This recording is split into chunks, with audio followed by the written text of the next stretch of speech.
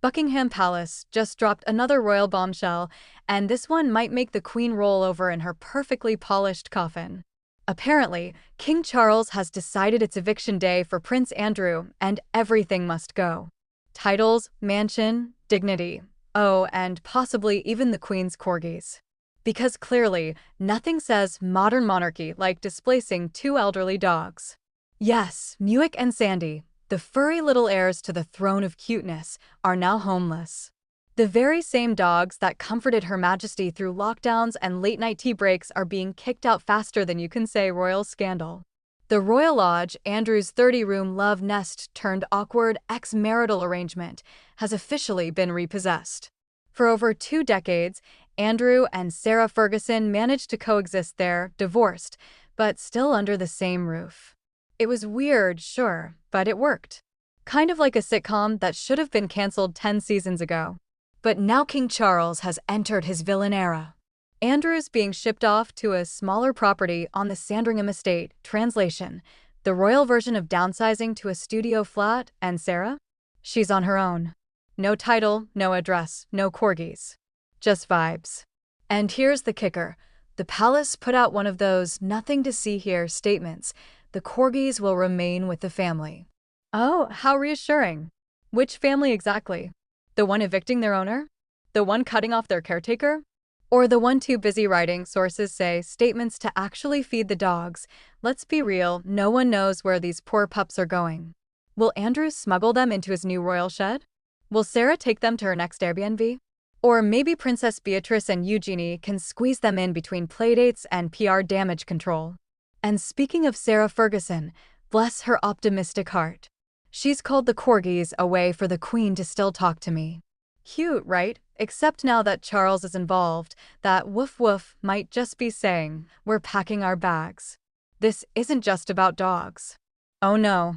This is about power, payback, and possibly the pettiest royal eviction in history. Remember, the Queen adored her corgis more than most people.